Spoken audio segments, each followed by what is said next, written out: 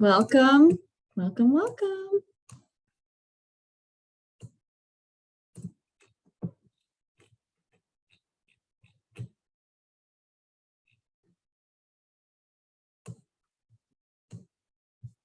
Welcome, everyone. All right.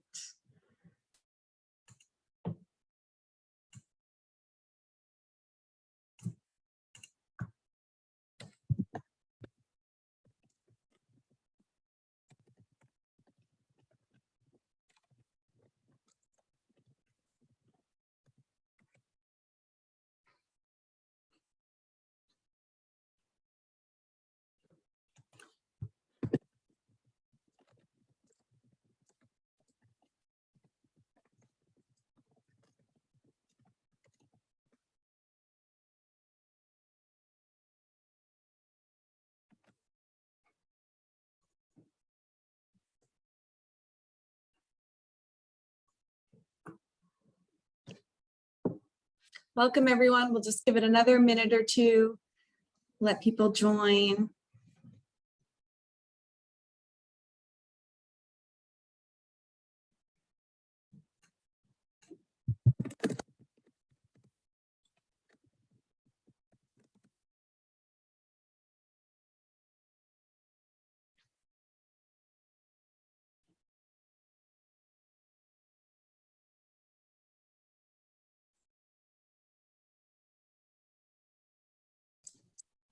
Just before we get started, just a reminder to everybody, we are recording this. Only the panelists will show up in the recording, and we'll post it up on our websites at the end after we get the recording back. Great. All right.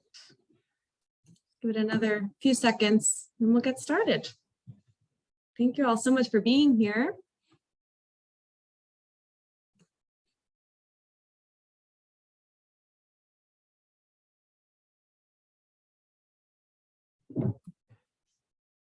All right. And Gretchen, people can put questions in the Q&A, right? And we can chat people if we need to, but they'll just see the Q&A on their screen. Is that right? They're actually seeing the chat. I can't figure out how to turn it off, so that's okay. But if people could put it in the QA, it's much easier for us to manage that way. That's great. So if you have any questions, everyone, please pop that in the Q&A at the bottom of your screen or at the top, depending on what device you're on. And we'll answer some questions at the end, but we'll get started. Hello, I can't see you, but nice to see you virtually. My name is Jamie Santuccio. I'm the events manager here at the Emerald Necklace Conservancy. I'm thrilled to be here with Gretchen tonight from the Jamaica Plain Historical Society. If you all are new to the Emerald Necklace Conservancy, I wanted just to mention a little bit about us. We're a nonprofit here based in Boston and Brookline, and we steward the Emerald Necklace Parks, about 1,100 acres of parks here in Boston.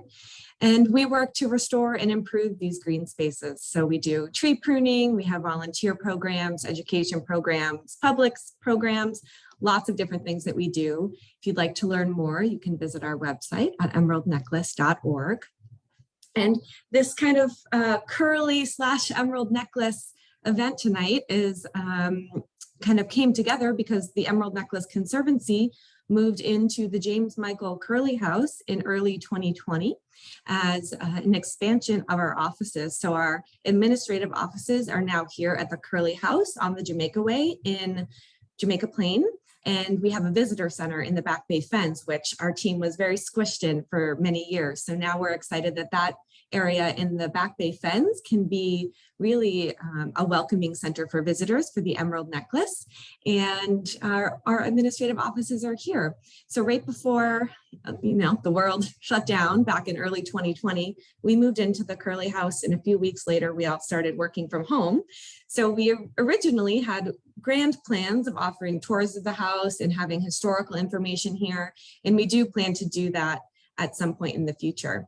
But we started in early 2021 and did a virtual tour to try and give people a sneak peek of the house and to, get people excited for coming into the house one day when we are able to open it again to visitors.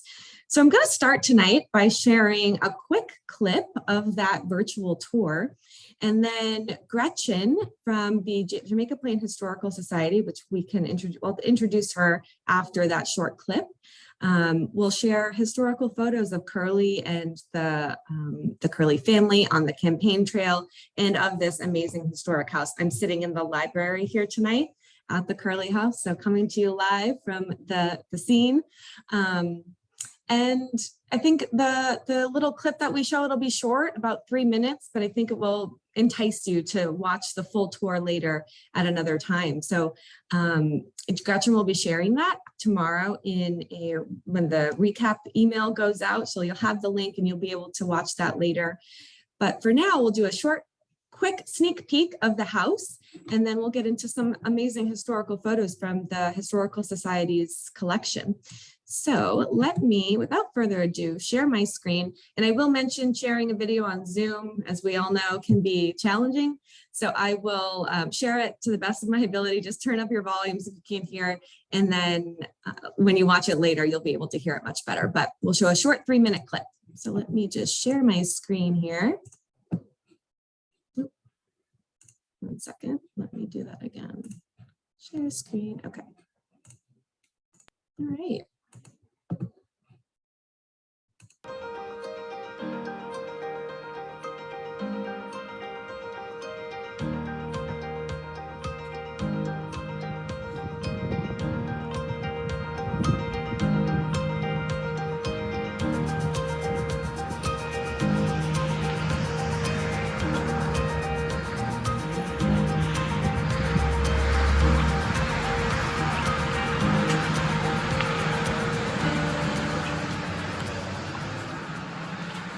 Welcome to the Curley House. I'm Carol Matheson. And I'm John Bowman. We're going to give you a tour and a little bit of history today. We walked in through the front door and we're now in the main hall of the James Michael Curley House on the Jamaica Way. The house was built in 1915 and it's about 7,500 square feet, and it has 7 bedrooms and 2 servant rooms and 3.5 baths. It's built in the Georgian Revival style. The architect was Joseph McGinnis, who was a young architect at the time. What you're looking at now are features of the house that were formerly in the estate of Mr. Rogers, Henry Rogers in Fairhaven, Massachusetts, and it just so happened that that estate, the main 85-room house, was being demolished at the time that Mayor Curley wanted to build this house. So he bought a number of architectural features of that house, including the stairway that you're looking at now, the dining room that we'll look at a little bit later, and many mahogany doors, which you'll see as we go through the tour. On the left is the living room. The first floor of the house has the entry hall we just saw, this living room, the breakfast room, which was the main dining area for the family, and the dining room and the kitchen. Upstairs are the bedrooms, now being used by the Emerald Necklace Conservancy as their offices. There were quite a few famous people that came here during the course of Curley's time as a politician. I understand from the family that Eleanor Roosevelt was hosted in this room, and also the actress Sophie Tucker and the entire Vienna Boys Choir at one point were in here. Beyond the breakfast room. Okay, so we'll stop our sneak peek there. The rest of the tour can be found on our YouTube channel. And as I mentioned, Gretchen will share that in the recap email. And I do also want to mention that those tour guides that we had for that lovely tour that we did is John Bowman and Carol Matheson. And they are both members of the Friends of the Curley House, which have a lot of amazing information about Curley and his family in this beautiful home. So I encourage you to watch that tour when you get the link, and then you can learn a little bit more. But for now, I'll turn it over to Gretchen Grosier. Gretchen is with the Jamaica Plain Historic Society, and she will share a wonderful presentation of their archives and photos. Great, thanks, Jamie. So as Jamie said, I'm Gretchen Grosier. I am the president of the Jamaica Plain Historical Society, and I want to iterate that I am not a historian of James Michael Curley. I'm an enthusiast because he is one of the most famous or infamous residents of Jamaica Plain in all time. The photos I'm about to show you are from a collection that we bought in 2016, 2015. They came on eBay, and our webmaster, Charlie Rosenberg, saw them being offered. And the person that was selling them, their negatives, was going to sell them piecemeal, and we wanted to make sure they stayed together. And we've since actually had people who bought some of the negatives before we bought ours send theirs in. So our collection is growing, and they're up on the Digital Commonwealth. And they're very clearly, we don't know who took these photographs, but it's very clearly a press photographer who followed him around. He labeled all of the negatives they're in sleeves. So we know some information about all of them, which is great. And then people have helped fill in some of the metadata, more data, including Richard Dennis, who was very kind and sat and went through images and images and images with me. So on the Digital Commonwealth, we keep adding to the data so we know who's in the pictures. And so with that, let me give you a quick breakdown of the career and the life of James Michael Curley. These slides are rather dense, so bear with me. James Michael Curley had held office many times. He was mayor 4 times. He started out on the Boston Common Council, which was an organization before the current city charter took hold in 1910. And there were 48 members on that council, the Common Council, and they were elected by ward. Then he was representative in the Massachusetts General Court. So he was in the House of Reps in Massachusetts. He was an alderman, which that's sort of like what we call citywide city councilors now. And then he served on the Boston City Council. He was in the US Congress as a representative, became mayor in 1914, serving his first term. And then you'll see he moved on and did that again in 1922, 1930, and again in 1947. That was the last mayoral term. He also served as the governor from 1935 to 1938, and then went back to Congress for a brief hiatus between being governor and being mayor. And I also tried to put some other timeline and information at the bottom there. He did go to jail twice.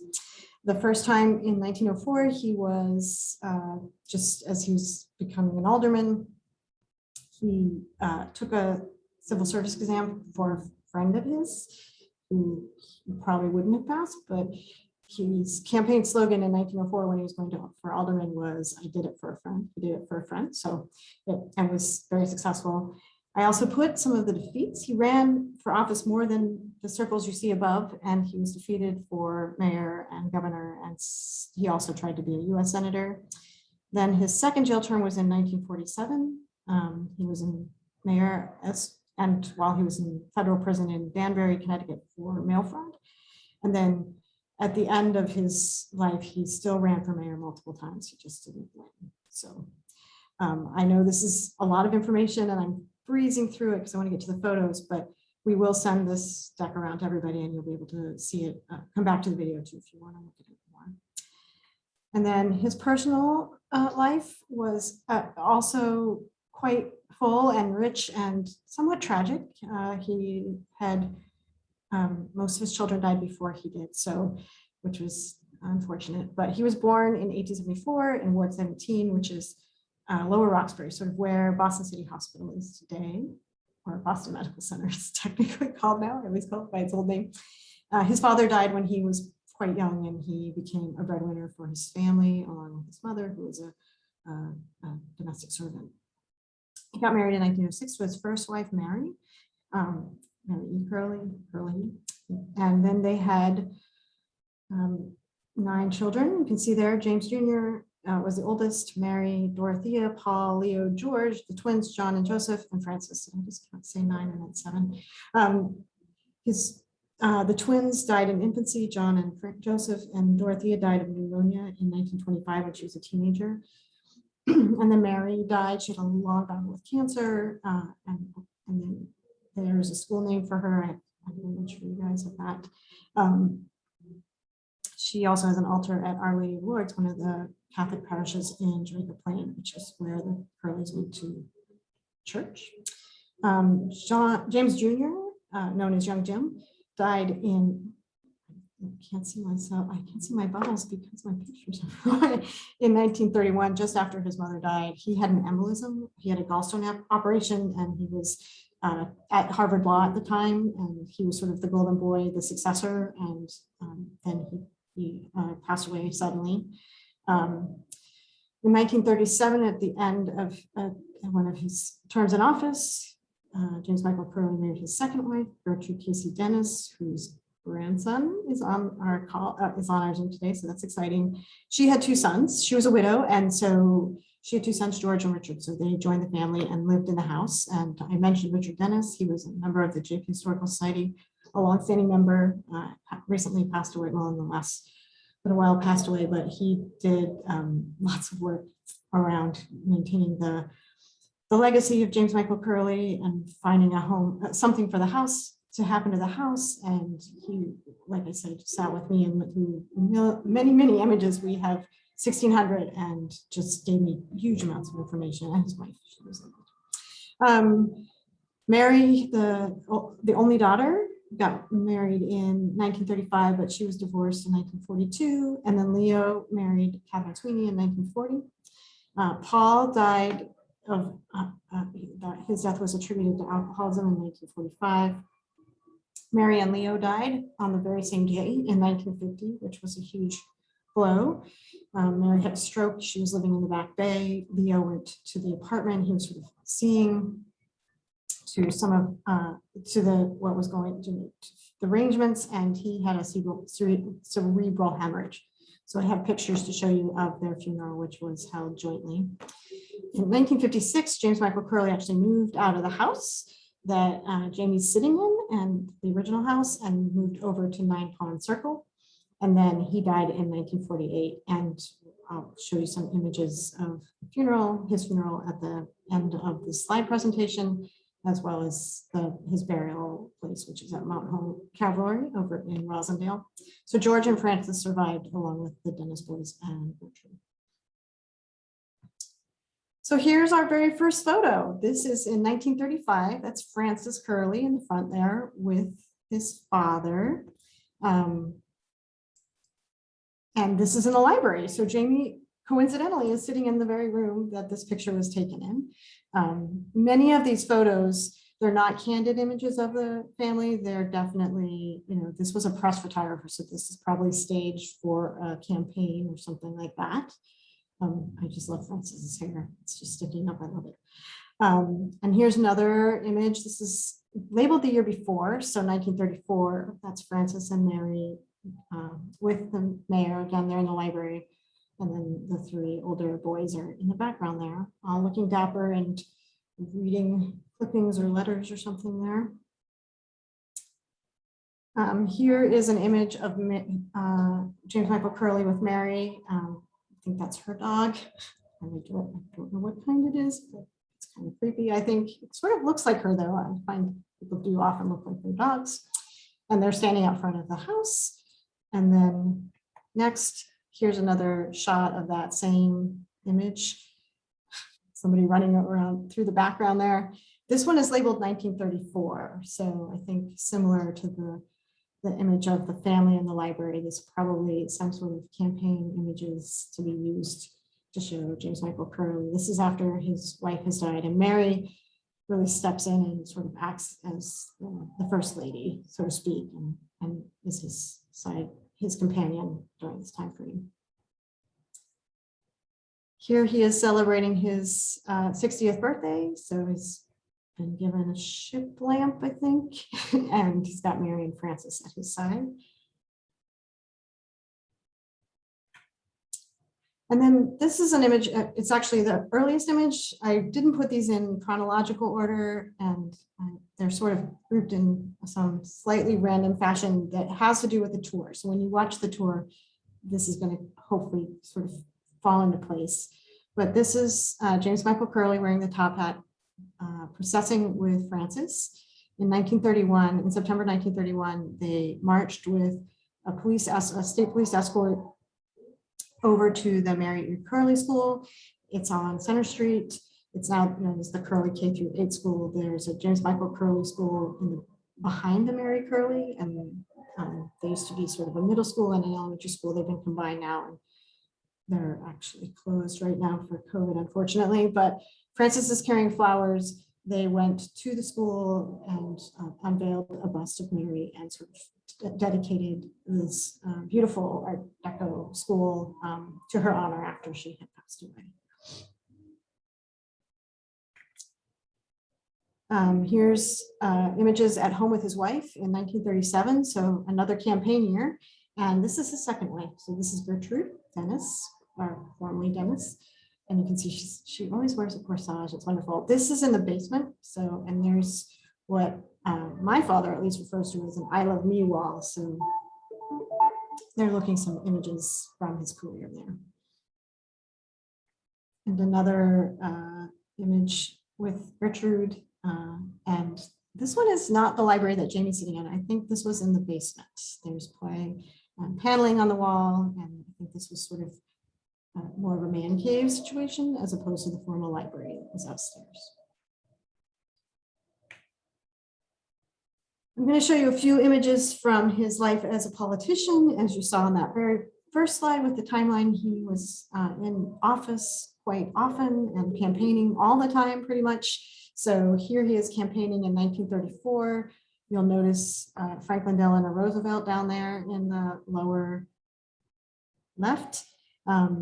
James Michael Curley backed Roosevelt, who when he was running, and didn't back Smith, who was an Irish American Catholic candidate, which didn't go over well with some of his constituents. But he, as we all know, FDR won, so maybe he was making the right call. There's some thought that he wanted a federal office, but FDR did not provide that for him, or to be appointed to something.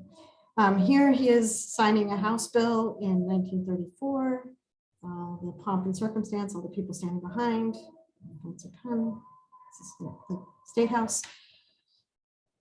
And here he is planting a tree in front of the State House. And those of you who walk by this site on Beacon Street or look it up on Google Earth, even if you're not in Boston, you will see this tree is still there. I walked by it today and it is very large. And he's got a whole group of children and parents or mothers, at least in the background there, watching him plant this tree. So again, our images are this press photographer, so very much sort of stage scenes. There are hundreds of them where he's visiting with dignitaries. We did not choose those for you today. We were trying to kind of concentrate more on his family and the house, but also give you a sense of what he was like as a politician. Here he is with Gertrude at the Bunker Hill Parade in Charlestown, wearing a white suit and waving his hat, which he does quite often in our images. And here he is campaigning. This is nomination night on September 20th, 1938. So you'll see his campaign slogan in 1938 was "Back to Work with Curley."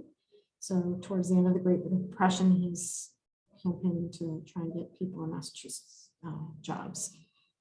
And all the men in their hats. It's just a great image, and a woman in the background leaning out the window, holding out the window, listening to James Michael Curley speak. This is an image from 1940. He's clearly working on some legislation. I just like the look on his face in this one. He just sort of looks somewhat perplexed or annoyed. I'm not quite sure what. But he was a very expressive person, and there's lots of images with great facial expressions that you can look at. And here he is campaigning in the South End. We don't have a date on this one, but it looks pretty similar in that time frame, possibly in 1938 or so. Oh, actually, he's running for governor, so we'll probably do it that way. Notice that when I put this in here. And here he is at a victory party with the ticker tape parade, confetti, and you can see he's making a speech. So there's microphones in the foreground there. And this we think is his 1943 inaugural. That's because of the boys in their uniforms. So you can see every sailor in a Navy uniform and an Army uniform there, and he's holding the wife of Gertrude, who is a little bit older than those 1937 images we saw. So everybody looks pretty happy because he won the election. This is an image that's labeled defeated 1940. So he did not win the election in 1940, but they still seem pretty happy. This is obviously in a voting booth, so he must have just cast his vote, and maybe he doesn't know yet that he's going to be defeated. This image is from his very last day as mayor. This would be an old city hall, the building on School Street now, that's just offices. And they're removing the portrait of James Michael Curley and getting ready to paint the walls. So kind of somber. But being after his last term in mayor, he still ran a couple more times. And here he is in July of 1955, filing nomination papers, running one more time, his hat in the ring. And this is the last time he ran. He did not. He was not successful. And then in the video that Jamie showed you, there was when they first walked in the front hall, the stairwell, and they use that stairwell quite often to take pictures. So here's Mary and Gertrude in the center, and then that's Leo's wife, I believe, on the left with the poofy hat. And they're getting ready to go off to the inaugural.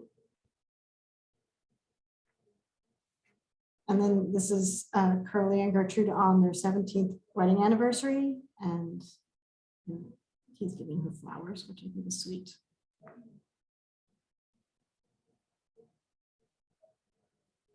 This is an image of his car. He had the license plate 5 throughout his life. And I know that Richard Dennis had this license plate as well. And I'm hoping that it's gotten passed on to their children, one of their children. I don't know how that works out, but hopefully it's there. But if you go to our website, there was actually a whole article about the number 5 license plate. But he was very famous, and this license plate says Massachusetts 57. So this is in 1957, which would be in front of the house on Pond Circle. So 9 Pond Circle was just on the other side of the pond. The house Jamie's in right now is on the Jamaica Way, and they moved to the other side of the pond into a smaller house. They downsized and gave the original house to the Oblate fathers. Next up, here's Mary. This is in the dining room. So there are a bunch of images in the dining room, which is quite formal. When you watch the video of the tour, they do go in there. Again, they bought a lot of architectural elements from this house down on the South Shore, and the dining room is quite formal and grand.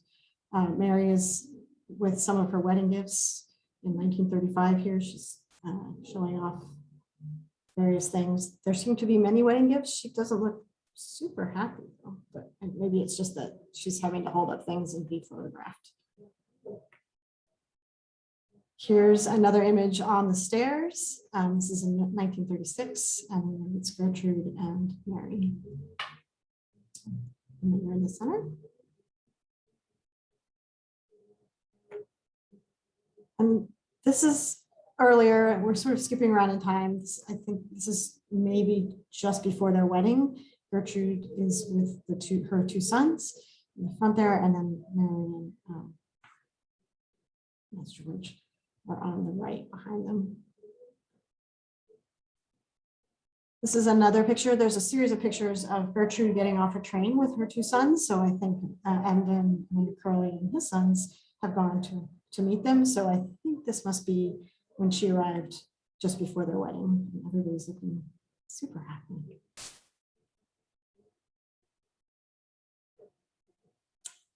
And then this is their wedding. So they got married on his final day in office. Actually, he left the governorship and got married. So in the video, there's a joke about Gertrude saying she was the shortest serving First Lady of the Commonwealth of Massachusetts ever. She didn't really get to do it. It was just this one day of overlap. But they're leaving, I think they're leaving the State House. That looks like the State House to me. Going down the steps. Here they are dancing in the front hall. So when the tour started, you were in the front hall. The stairway that we keep seeing is to the right, and the living room is in the back. There's people standing in the door in the living room. And any Curley event was a big to do. So here they are on Washington Street. The elevated is above the street there, and in the background, the Roxbury Pudding Stone building with the sort of awning in front.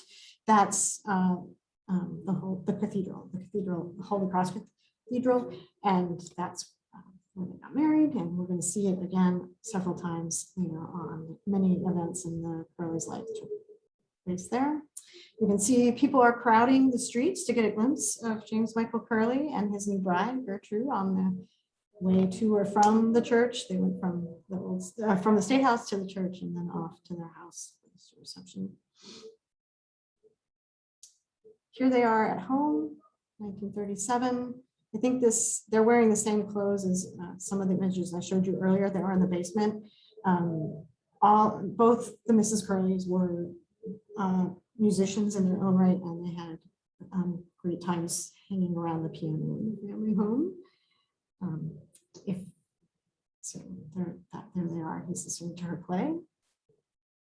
And then this one is actually labeled with wife 1937 campaign. So clearly an image taken to be used in some sort of campaign situation. They're back in the library at this point. There's a little bust there, and very much on the edge of the picture there, a great telephone, circa 1937. Back in time again. So we're in 1934. We moved back into the dining room, and part of the tour, when they're in the dining room, they talk about the fact that they had a ginormous Christmas tree. It's oval on the end, so the Christmas tree fits in that bay of windows quite nicely. And Francis has gotten a drum, and I sort of like the look on his dad's face, like, I'm not sure this was a good idea, but Francis looks relatively pleased.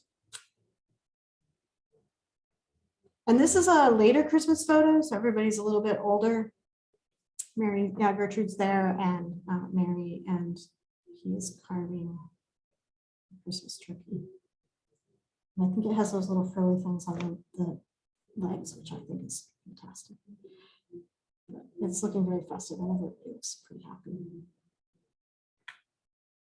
This is an image labeled Easter at 1947, so they're off to Easter services in their finery.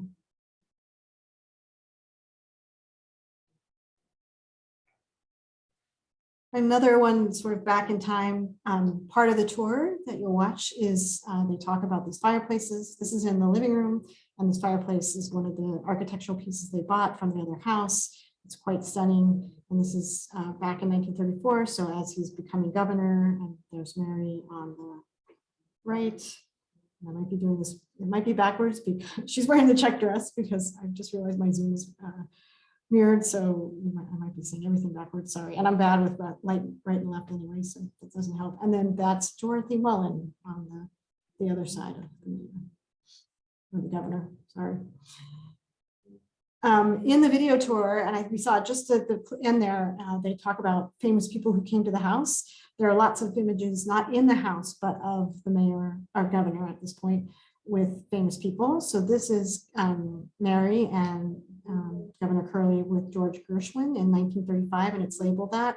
And I'm pretty sure if you look in the background there behind Mary, that looks like they might be backstage. And 1935 is when Porgy and Bess, which is the Gershwin brothers, possibly, I would say they're best in production. And so could be at Porgy and Bess, or at least George Gershwin is, they're meeting him because it's a big year for him. Next, we have Mitzi Green. That's at the State House. They're on the Hall of Flags there. And Mitzi Green is meeting Governor Curley and Mary. So in the time frame he was governor, he was widowed. And so Mary was often at his side sort of in the capacity of companion to the governor. Mitzi Green was a child star. She was brought up in vaudeville, and she successfully sort of made the transition to the movies. And then she was on Broadway for a while and then went back to being on movies. But this is when she's quite young, so she's probably just made her first couple of movies at this point. And then here's a picture of James Michael Curley in his the gubernatorial office. He's meeting up with Louis B. Mayer, and this one is labeled 1936. Louis Mayer is an interesting character. He was born in what is now the Ukraine and came to Boston in 1904. He had a whole empire of movie houses, or movie palaces, they would have been called back then. We know him from MGM, Metro Goldwyn Mayer. That was formed in 1978. And the time this picture is being taken, he apparently has brought Governor Curley a hat and a cane.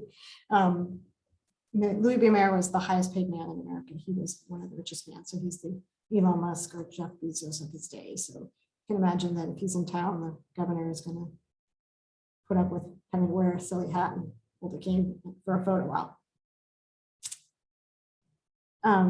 This is another image. We're going back to the house. He's withdrawing from the mayoral fight in 1941. That's George in the back there, and Gertrude, really splendid outfit at his side. So again, our photographs, our collection of photographs is a press photographer. So he's clearly, there's a photographer sort of on the right there, on the left in the foreground, and another shoe sticking in there. So I think he's addressing the press and we're taking a picture of that. Oh, we're back in the dining room. And I think this image with Mary gives you a good sense, hopefully, of that space, how it's quite large, it's oval, it's got lavish mahogany fixtures, pilasters, and built-in cabinets, and a beautiful fireplace. And the table that Curley had in that dining room is still there. So once we can safely visit the Emerald Necklace Conservancy and their new home in the Curley House, we'll be able to you'll be able to see that table. And I hope that we can do this sort of presentation in the house sometime in the future. Now we've reached the somewhat sad part of our presentation. This is the back of the house. This is the back door, and there's a patio there. In the tour, they talk a lot about people coming to the back door and how Mayor Curley always helped people who came to the house. This is the death of Mary and Leo. So I mentioned in 1950, they both died on the same day. Their bodies were brought to the house, and there was a wake there for them. And so all the children who died were waked out of the house. And it's said that, and here's their caskets leaving the house, 35,000 people came through. It was 2,400 people per hour. Mary and Leo were there. So that's quite a lot of traffic. You can see it was Valentine's Day that they buried them, which is also fairly tragic. It was snowing, and you can get a good sense of the house here on the Jamaica Way. They've closed down the Jamaica Way for this, which is, shows how important he was to people. And there are people lining the walk out of the house as the caskets are taken away. And here is the mayor leaving with Gertrude to go to the funeral. You can see the weather is not cooperating with them. And then again, these are people lining the streets as their caskets are arriving at the cathedral. There's a First National store, and you can maybe make out the upright stanchions for the elevated trains that are in the background there too. Here are their caskets being brought into the cathedral with the state police guard on them. And then this one is labeled condolence mail. I do believe this is after this looks, he looks sort of 1950s, James Michael Curley here. And so I think these are letters of condolences. He's sitting in the dining room, and you can get that splendor of it. And he's reading all the condolence letters sent to him after the death of his daughter and his son. And then we'll transition to the last part of our talk or our picture show. It's November 12, 1958, James Michael Curley died. Here is an image of some little girls with his picture in the window. So when he died, you can see the black crepe has been put around and they're looking at him, adoring him. When Curley died, he was placed into the Hall of Flags at the State House, and he was laid in state there, and people came by the thousands. In fact, the actual number was, I've got it written down, 101,023 people. So many people came to see him while he was lying in state at the State House. And here are some crowds coming in on either side and then waiting. They went through the Hall of Flags, through Nurses Hall, which is in the background in the image on the left, into Doric Hall, which is the lower image on the right, and out through the doors and out onto Beacon Street. So there was an enormous crowd of people who came to pay their respects to him. And even more people were around for his funeral. So again, this is, you can see the elevated in the very bottom of this picture, and you can see all the people standing outside of the cathedral and people lining up to go inside the cathedral. I get another honor guard of state police troopers there. It was the largest funeral that had ever been seen in Massachusetts. The estimates were that there were more than 1 million people on the streets outside and or lining the streets to see his casket pass by on its various trips. And there were 10,000 people outside the cathedral. And I think this image kind of shows you how packed they are there. And then 2,000 people inside. So until it was the largest funeral until I think Teddy Kennedy's. But I think there's more people in the streets for James Michael Curley.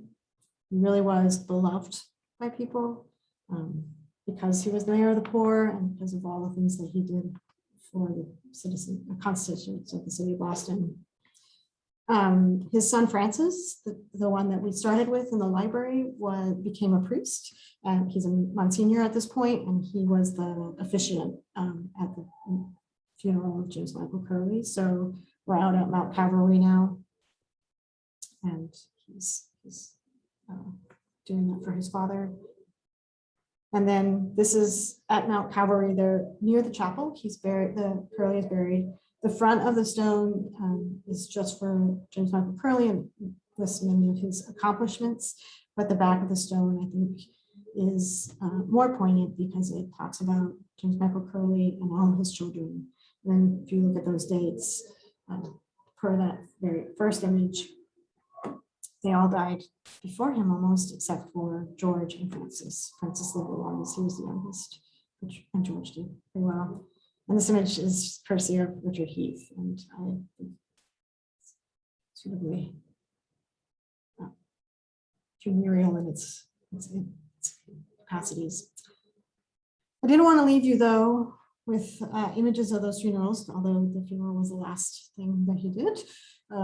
I wanted to kind of give you this image of him waving his hat in 1949 with that jovial grin. That's the one that we use on the front of the collection. And I think it really speaks to who James Michael Curley was and how amazing a politician he was, what a man he was, and we're lucky that he's in the city.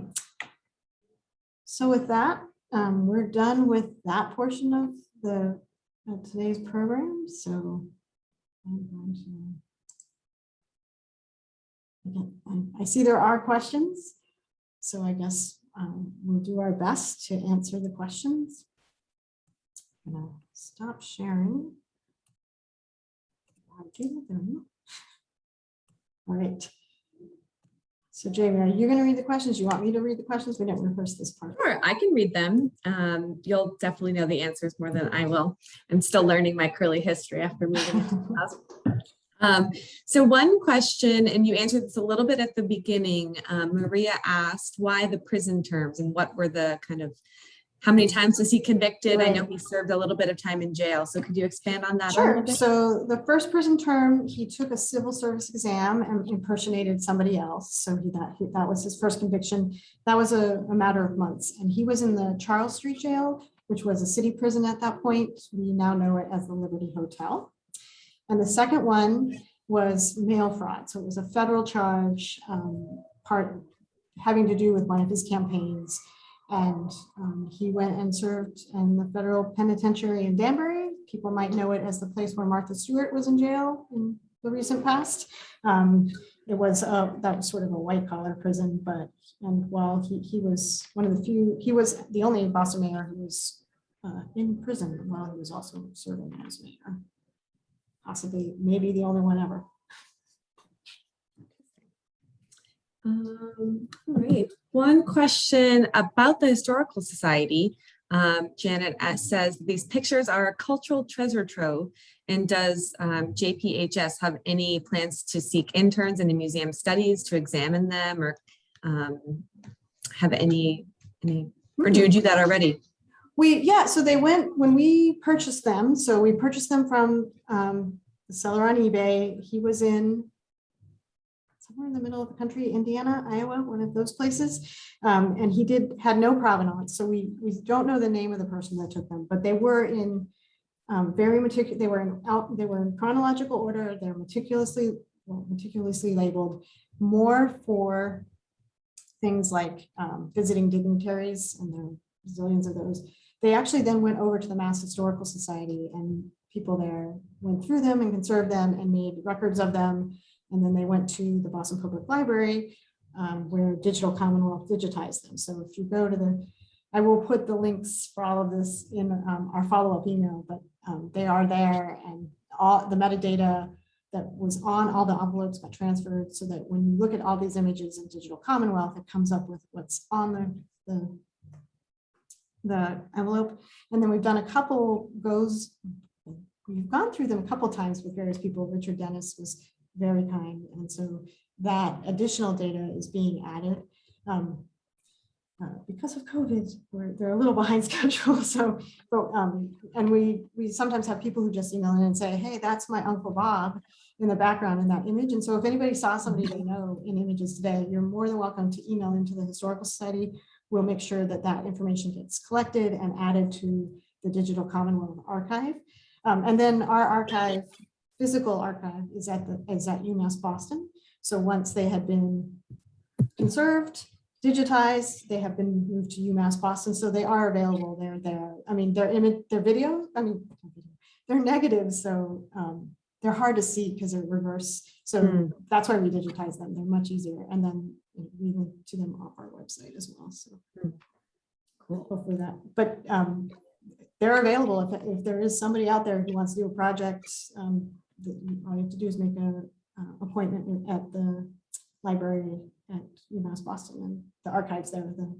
They'll let you in.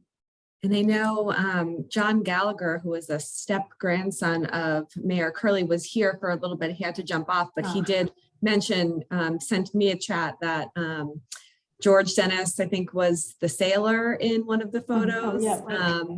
And his uncle Dick was the soldier in, I think, that inaugural photo. So some more information to add to the Digital Commonwealth. Very cool. Great. The family photos were the ones that were least, they'll just say like campaign 1933. Our press photographer apparently wasn't interested in his family, but luckily Richard remembered everybody. So we got lots of good information, and some of it got entered already pre-pandemic, and then my last meeting with him hasn't been entered yet, but we will make sure it all gets in there. We have another question of, did any of Curley's children have kids of their own? Oh, well, Francis certainly didn't. I don't know if George did or not. The others did not for sure. And the Dennis boys did. So Richard Dennis has two daughters. And then clearly George Dennis did. George Dennis did because John Gallagher's here. So yeah, so I think the surviving descendants are all from the Dennis boys and his stepsons who lived in the house. And Jamie, you met, I think, Richard Dennis as well. He had these amazing stories, and they talk about him in the tour where they were sliding down the banisters and having quite good fun. And he told me some stories when I was meeting with him, which I wrote down and have added into our archives of sneaking out certain windows over time, and because he was here, he was in the house. He's where you are as a teenager, so that was kind of fun. Very cool. There's lots of questions in the chat, so I don't think we'll get to all of them. I want to put that out there, but I will go through a few more. Yeah. One question from Gail was there, I know that there were Mary and Leo's deaths were very close together. Was there any investigation into that happening, or was it kind of deemed coincidental? There was much interest from the press. So I actually was going through and reading a lot of clippings, which is great. You can go to the Boston Public Library, and they did all the newspapers are online.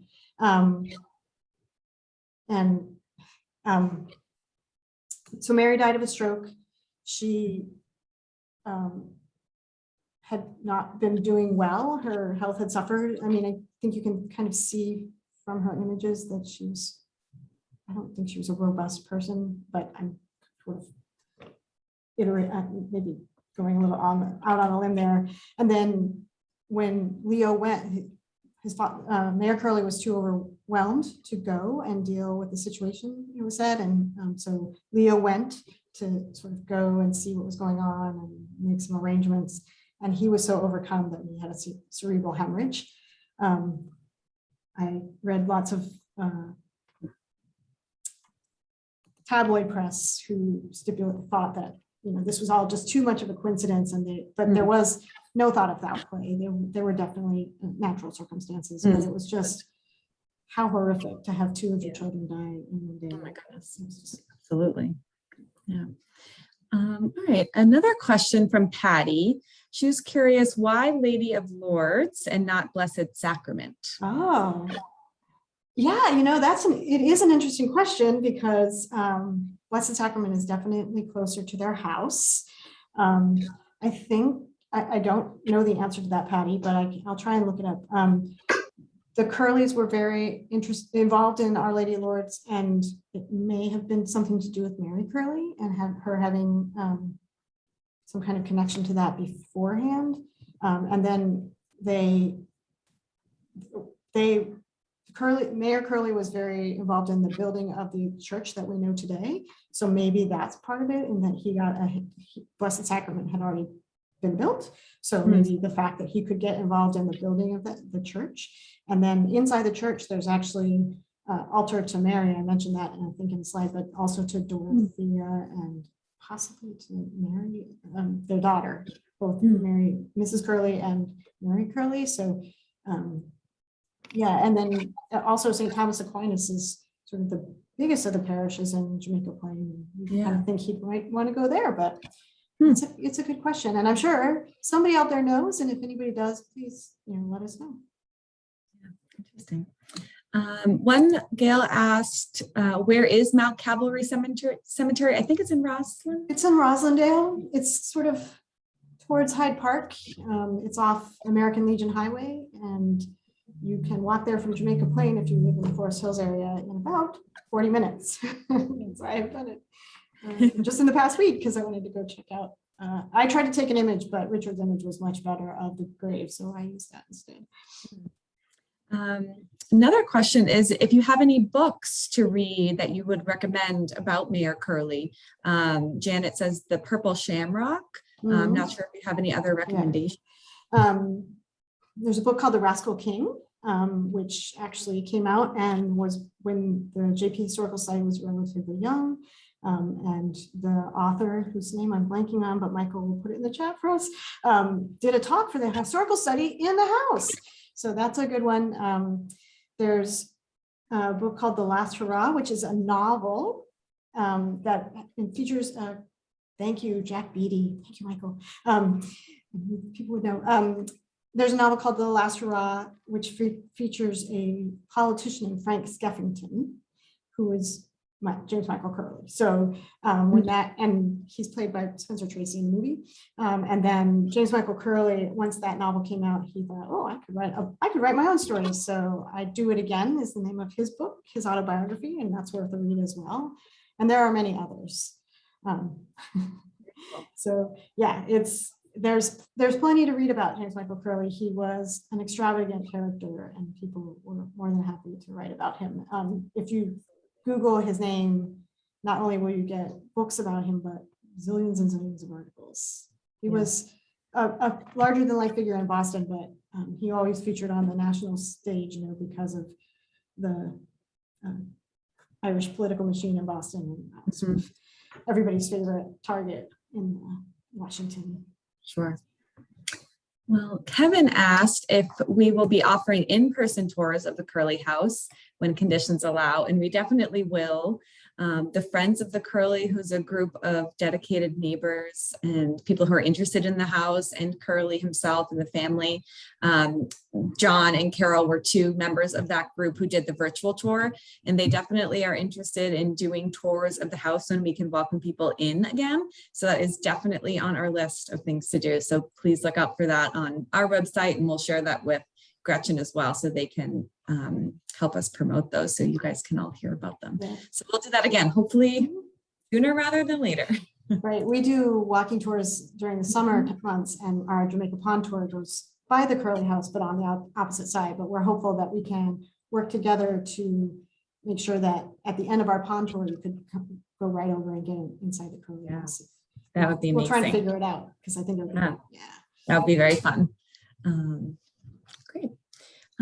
Beverly asked who functioned as mayor or governor while Curley was in federal prison. Oh, that's a good question. It was when he was mayor, and I think I'm not sure. I remember reading it, and now I can't remember. But if Michael Keneally or Michael Reiskin are on this call, I know that they're maybe no. There wasn't such a thing as a deputy mayor, so I don't know if it was the president of the city council in the same way that Mayor Jamie just took over when Mayor Walsh left. But he, either Collins or Hines. Yeah, that's it was Hines. Now that Hines was sort of de facto mayor, but he was apparently doing his thing from his jail cell. It wasn't high security prison, so he could have visitors, and he was kind of continuing to pull the shots. He did not that's not the right word. Did not give up control. I have one question about the photo that's behind you, Leslie, Gretchen, from Janet. What is the building on the pond behind you? Let's see if I can move over. These are ice houses. So I'm on the pond, but I'm not at the Curley House. I'm actually technically in my office downtown, just so I could have really good Wi-Fi or really good network connectivity. They're ice houses, so you can hopefully see the little pointed houses that across the pond from where James Michael Curley's house is, near where Parkman Drive is today. There were a set of ice houses. They would harvest ice and store it packed in sawdust and ship it all over the world. So I'm at Jamaica Pond, but on the opposite side. Very cool. I couldn't find a good picture from our website that had the Curley House in the background. Unfortunately, it's hard to get from the pond. It is. You'd have to be. Yeah, it's not really just up from the pond a little bit. So one question about the journalist, which I think we talked a little bit about, since we don't really know who it is, it's hard to answer, but Gianna asked, how do you think the photojournalist was able to connect with the family for so many years? So without knowing who that is. Right, and we do know that these images appeared when they appeared in papers, and they appeared in multiple papers. So there was the Herald Traveler, there's the Boston Post at certain points, a couple different, he was a string photographer, meaning he didn't work for a particular paper. And it seems like he must have followed Curley around quite a bit, knowing that he could sell those images. And my understanding is that from Richard Dennis, there were a couple of photographers that sort of came along, and Curley kind of gave them a hard time sometimes and wouldn't let him take a picture, but he was very convivial with them and knew them. And so I'm sure when they needed campaign photos, he would just get one of these guys to come in and do it.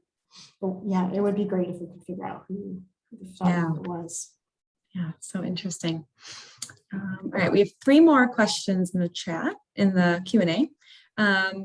Michael said that he's long heard about his funeral being the largest in Boston history. Do you know if that is officially documented?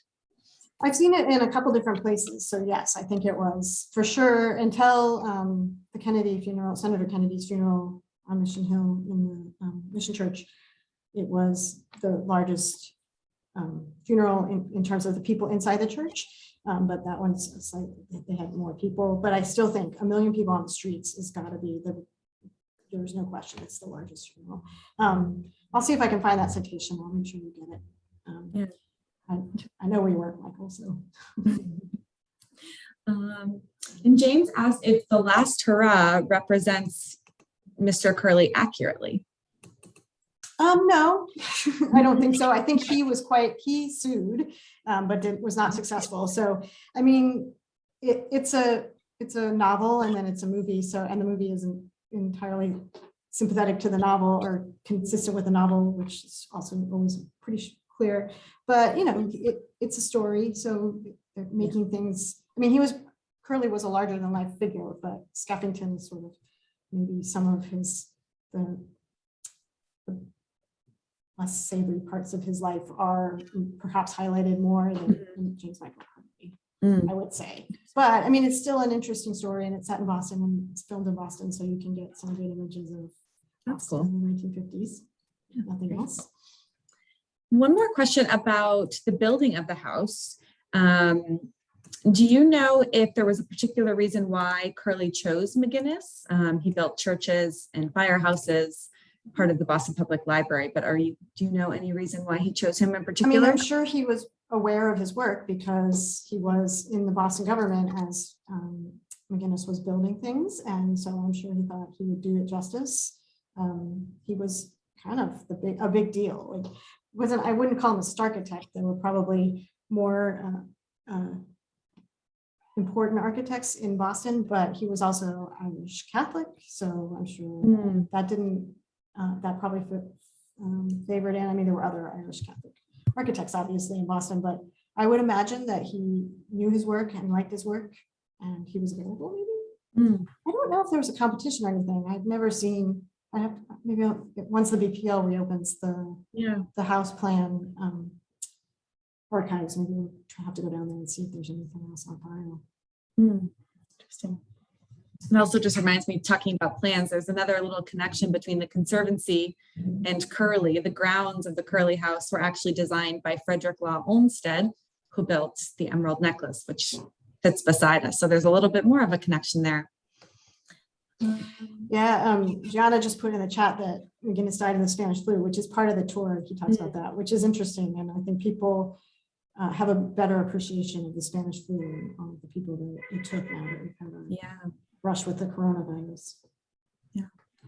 Well, we're a few minutes past 6:30. Should we wrap it up? We have one more question, it looks like, in the chat. Let's do one more and then it's a quick one. Are there any pictures of people lining up at the house for help in handouts from Curley? You know, there aren't that I've been through them all now a couple times.